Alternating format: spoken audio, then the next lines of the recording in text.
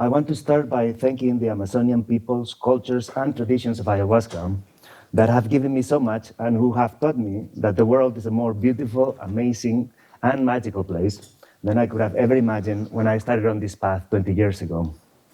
These are people also who will be largely absent from this talk, except to say how we can benefit from them. I've done this because this talk is addressed to people in psychedelic science and in our society at large, many of whom, not all, but many of whom, have no appreciation for traditional knowledge except as a sort of exotic cultural object. I intend to suggest to them that, in fact, there is great, useful, practical knowledge in these cultures, especially when it comes to a number of plants that we would call psychedelics and that they have been in relationship with for much longer than we have. So, my name is Jeronimo. I'm Director of Social Innovation at the ICERS Foundation, and my work revolves around fostering the integration of ceremonial plant practices outside of Amazonian cultures. We do this basically by supporting the community and by serving its needs. So we find where there's needs and we try to provide for that. So, for example, we have launched the first harm reduction course for ayahuasca facilitators. We have relaunched a donation-based support service where we can answer questions about both integration and medical interactions in the context of ceremonial plant use. And we're doing a number of research and studies on the impact on public health that ayahuasca drinking has, because it is often public health reasons that governments use to try to ban it. So this is part of my work at ICERS, but today I'm not going to talk about what I do or what we do, but about the ideas that inform and inspire this work. I'm going to compress a lot. I've been drinking ayahuasca for 20 years, collaborating with ICERS for 10, and doing this particular job for more than 5. So I could really go on for hours. Instead, I'm going to take shortcuts, I'm going to generalize, and I'm going to compress with one of the best ways human beings have to compress information, which is by telling stories. So the first story I would tell is the story of the blessing and the curse. This is an old myth, and it takes different shapes in different cultures. But instead of focusing on one particular instance from one particular culture, I'm just going to give you sort of like the skeleton or the bones of the myth. And the myth goes something like this. In the beginning of time, the gods gave the people a gift. This gift was very powerful. It had a lot of potential, like all powerful things, but it was neither good nor bad. It could be either, depending on the relationship that the people established with the gift. If the gift was approached with reverence and wisdom, it would it would bestow great blessings on the people. However, if the gift was approached with disrespect or with ignorance, it would turn into a curse that would cause great harm and destruction. So the gift really is sort of a test, or if you want, is a mirror that reflects back to us and amplifies back to us what we put in front of it. Now, like all myths, this myth is always current and always true, because myths, what they carry is at their core a sort of human truth that is always current and always true. So I'm sure you can think of a few examples of possible gifts that would apply. Most technologies would apply. Fire can, keep us warm and cook delicious meals, or it can burn down whole forests. The internet, mobile phones, artificial intelligence, all of these things are examples of gifts that can turn into blessings or curses, depending on the type of relationships that we establish with them. Also, the Greek word pharmakon, which is where pharmacy comes from, meant both medicine and poison, not medicine or poison, medicine and poison at the same time. Because the Greeks understood something that we often forget, and is that there's no difference between medicines and poisons. It's all a matter of dosage. So it's relatively easy to kill somebody with aspirin. You just need a few boxes. And also, if you bring the dosage low enough, you can cure people with poisons. And we do this sometimes with chemo and radiotherapy. The gift, of course, could also be the coca plant, or tobacco, or ayahuasca, or any other plant teacher. Tobacco, for example, it is the king of Pan-American shamanic inhibients. It is inhaled, snuffed, licked, drunk. In the cultures of origin, tobacco is very much a blessing. It is a powerful medicine for bodies and for spaces. It teaches strength. It helps people speak well and listen well.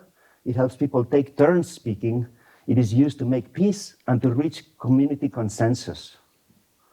Yet, in our culture, tobacco is none of these things. In fact, it's more of a curse. It is the first cause of preventable deaths worldwide. We can also see a similar contrast with coca, which is a great blessing for the societies that have long-established relationships with it, but that, in the form of cocaine and also Coca-Cola, has been more of a curse for us. Now, here prohibition, of course, plays a big role. But it's not just that. Tobacco is a fully legal product, and it's still more of a curse for us. So, I want to make this distinction. Now, in the past 400 years, since Europeans encountered the Americas, this story has repeated itself again and again and again. The relationships we establish with plant teachers are nothing like the relationships of the people that we took these plants from. We have seen it with tobacco, with coca, but also, current mushroom use resembles almost in no way the way Mazatec people use mushrooms. Until a sort of singularity or historical exception happens. And that is with the ceremonial use of ayahuasca outside of the countries of origin. Now, if you look at an ayahuasca ceremony somewhere in Europe, this is what you would see. You would see a group of people that gather to drink ayahuasca. There's a person who is more experienced than the rest that guides the session, gauges the dose, takes care of the participants, and also performs some sort of ritual act, usually involving music, that not only guides but also modulates the experience of the group. Now, if we look at a traditional ayahuasca ceremony in the Amazon, although we wouldn't see exactly the same thing, I want to make this clear, they're not the same thing, but there's a certain skeleton of it that is absolutely recognizable. A group of people gather to drink ayahuasca, they're guided by a person that knows more of the rest and have more experience, and this person guards the dose, takes care of everybody, and performs some sort of ritual act or sort of container that guides the experience. So I cannot stress to which degree this is a historical exception. This has never happened in the past 400 years, and it's often overlooked. So we have a gift from the gods in the form of plant teachers. We have societies where it's more of a blessing. We have societies where it's more of a curse. And we have an exception in the ceremonial use of ayahuasca that shows us that it is possible in our society to break a centuries-old pattern and to begin to learn from those that know so much more than we do. At the same time, we're in the midst of the psychedelic renaissance. By this, I mean mostly pharmaceutical drugs, mostly prescribed by doctors, mostly for people who have diagnosed medical conditions, and mostly in individual treatments. And parallel to this, we have community plant practices, mostly based on plants, mostly administered by people who are not doctors, mostly administered to people who are not sick, that is, people who don't have a medical diagnosis and probably will never have. This is not just true for community or ceremonial plant work. Historically, the bulk of the people who have taken psychedelics did not have what our doctors would describe as a medical pathology. And largely in group or community settings. So while the doors are opening more and more for the psychedelic medicines, many doors are also closing for community practices. In some countries, they're more persecuted than ever, and Europe is no exception. So I would like to tell two stories about what I believe our societies can learn from traditional societies, about how to establish the type of relationships that can turn these gifts into more of a blessing instead of more of a curse. The first story has to do with the important difference between being inspired by another culture and appropriating another culture. So what is appropriating? It's basically taking what isn't yours to take, often by disrespectfully copying what other people do. They use these feathers, I use these feathers. They sing these songs, I sing these songs. It is confusing ritual forms and with spiritual power. The outside with the inside, literally. But since many people in our culture balk both at the word ritual and at the word spiritual, I'm going to put it in terms that they can understand. It's sort of like thinking that by having Michael Jordan shoes, you can play as well as Michael Jordan, or you can get some of Michael Jordan's power. This is really, at the bottom level, sort of what's happening here. It's kind of stupid, we know this. The playing is not in the shoes. It's not that the shoes don't help. Of course the shoes help, they're high-tech shoes, you know. But if the playing is not exactly in the shoes, yet some people do this. They take the feathers, they take the songs, they take the ritual acts, and they copy them thinking that that's where the power is. But it's not there. When Michael Jordan shoots a hoop, it looks very, very simple. Yet it's taken decades to get there. So you can for sure copy the gesture, but you're most likely not going to make it to the hoop. It's the same with ceremonial plant work. You know, a tobacco soplada that many traditional doctors perform might look very simple, and it looks very simple, but it is the result of years of training, many long fasts and plant dietas, difficult initiations into a bewildering, complex biocultural system of ancient relationships between people and plants. Now, having received many sopladas over the years, I can only say that they are wonderfully effective. They're very personal, they change very much from guide to guide, and when they are well done, there's really a before and after receiving them, especially if you're in the midst of having a difficult time in your psychedelic experience. So they work. But what can modern psychedelic therapists learn from them without thinking that they need to do sopladas themselves? Well, first of all, is that a soplada is an act of care. And during the psychedelic experience, sometimes people go through difficult experiences and they will need exactly that, an act of care. But also, this act of care needs to take a form that cannot be confused with anything else. For example, something romantic or sexual. In our world, there's been for some time an ongoing debate about how much physical contact is okay in the context of psychedelic therapy. When and how should facilitators touch, hold hands, and hug participants? On the one hand, some participants might need it and really benefit from this type of support. On the other hand, for some people, the same forms of contact might be triggering, traumatic, and terribly counterproductive. So what can we do? In the Amazon, curanderos care for people by touching them without touching them. They touch them with their breath, they touch them with smoke, they touch them with aromas, they touch them with a leaf fan, with a feather. But that's not the humble lesson for us. That's the ritual form.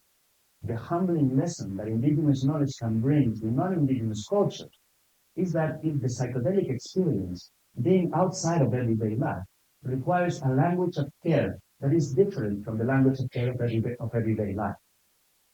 Psychedelic therapists will sometimes need to care for people and comfort them during their psychedelic experience. And now we know that they need to do so in a way that cannot be misinterpreted or misused.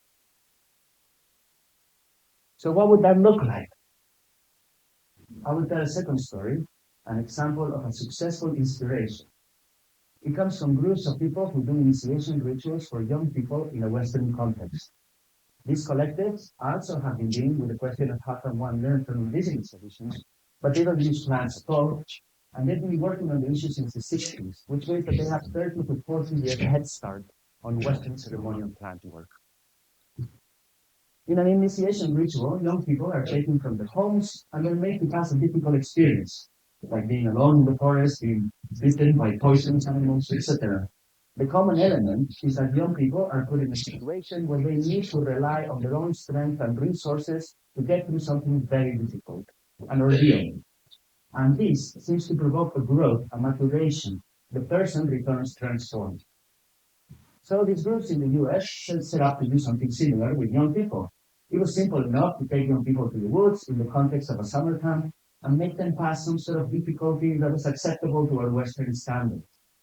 The young people were having powerful experiences, but not as transformative as they seem to have been in the indigenous cultures. The question was, why not? Looking closer, what they saw was that in traditional cultures, the initiation didn't end when the kids left the woods. Life back in the village also reflected the changes that the young people had gone through. A special song was sung, the names of the young people were changed, or the group started to address them differently, they were given new roles, etc. Again, the practice varied from culture to culture, yet each local practice was an individual cultural answer to the same universal human question. So the solution for these US groups was not to copy one or more practices from indigenous groups. The solution was to look at the universal human question and to create a new local cultural answer for it. One way for us here to phrase the question that they were dealing with would be something like, how does one go from altered states to altered traits?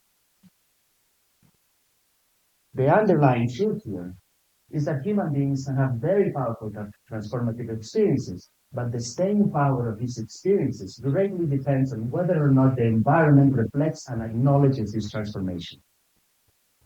So instead of copying the practices of another culture, they instructed the parents to do the following.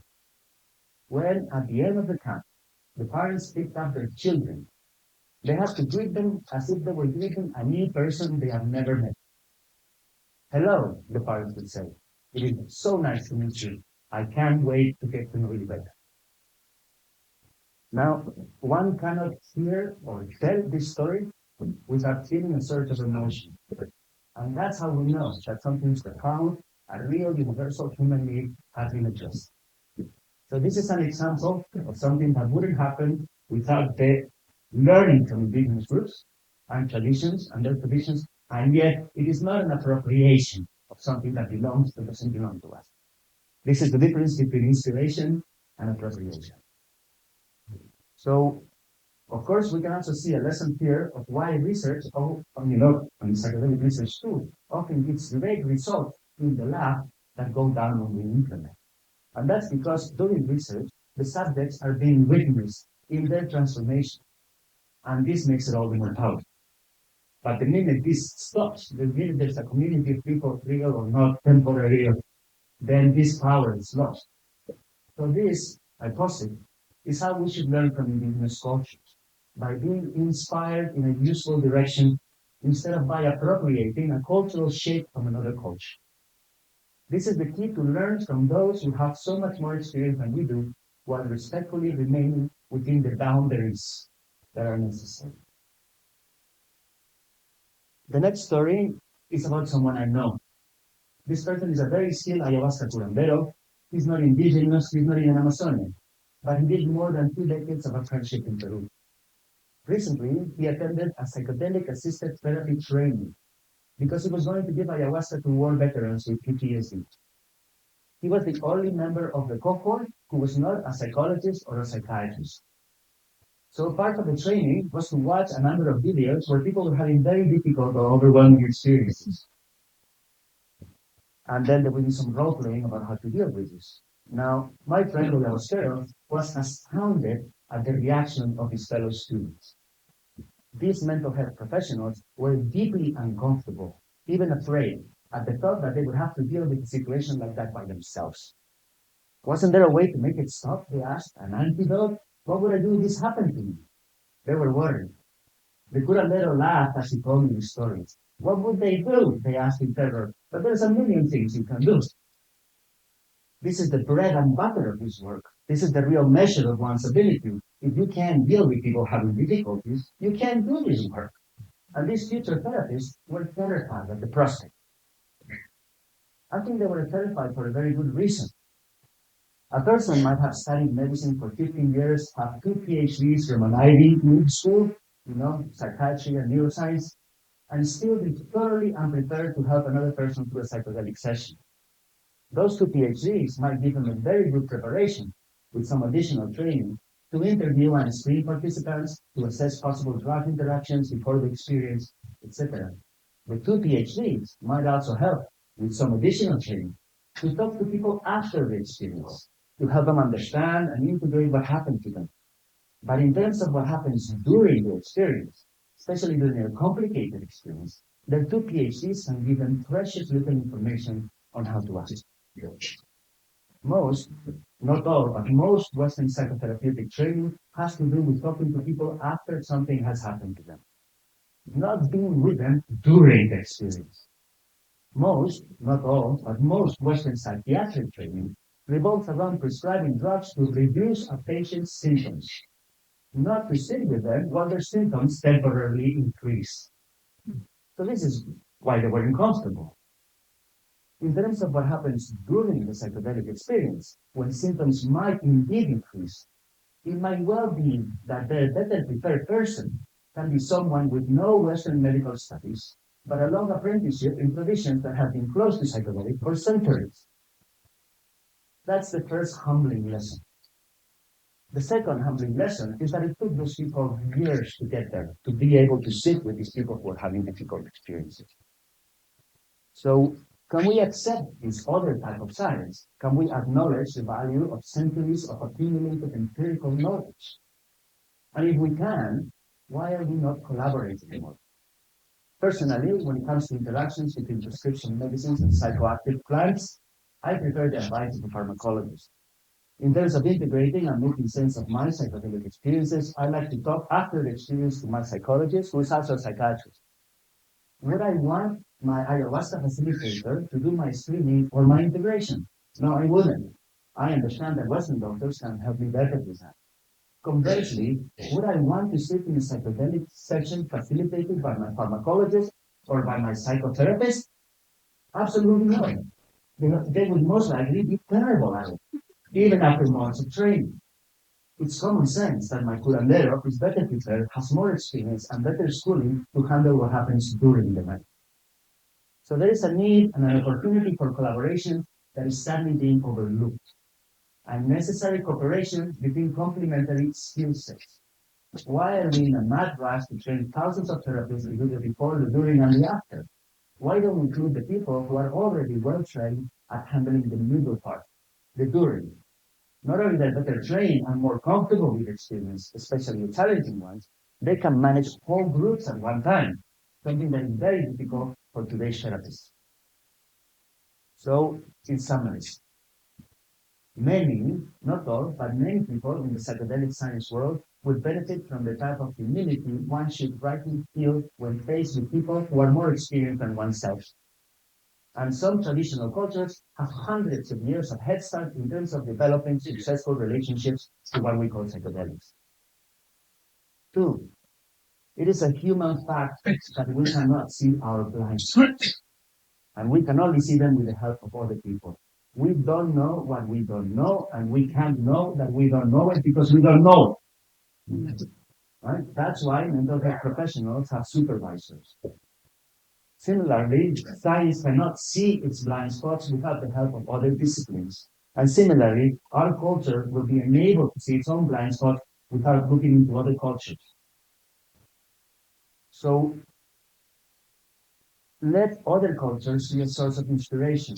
They present us with individual cultural answers to universal human questions. If we can focus on the questions and approach other cultures with humility, we have much to learn from them without taking what is not ours to take. And last but not least, psychedelic medicine people and ceremonial plant people need each other. They have complementary needs, in fact. So let's collaborate for the benefit of all. I call this collaboration the psychedelic enlightenment because historically, after the Renaissance came the Enlightenment. So after the psychedelic Renaissance, I would like to see a psychedelic enlightenment, an evolution. Now, people often talk to me about psychedelic exceptionalism, and that often makes me think that the ceremonial plant practices that I focus on are the exception of the exception. They are so small compared to the large psychedelic ecosystem. Why did I pick this? I do it because I believe ceremonial plant practices are a keystone species inside the psychedelic ecosystem. The keystone species are species that are not the most widespread, they're not the biggest, but they have the key importance. And if you lose it, you have seen that effect that affects the entire ecosystem. If we lose ceremonial plant practices, we will lose a lot more than just that small exception of the exception. And as we have seen, they're still persecuted and their survival is not at all guaranteed by the current psychedelic renaissance. Quite the opposite.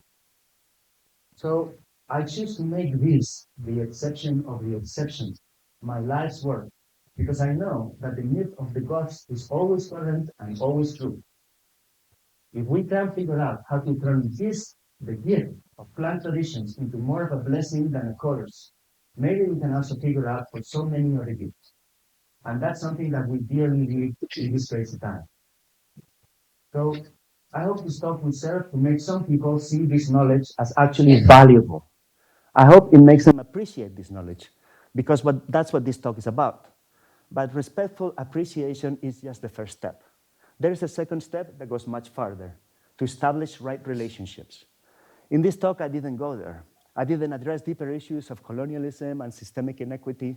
Thankfully, I work in an organization, ICEERS, where people like Ben DeLunin and Richard Faura are doing fantastic work on these fields, work that I encourage you to look into. So thank you to the plants, thank you to the cultures that are the guardians, and thank you to the relationships to others that makes us see our blind spots. And thank you for listening.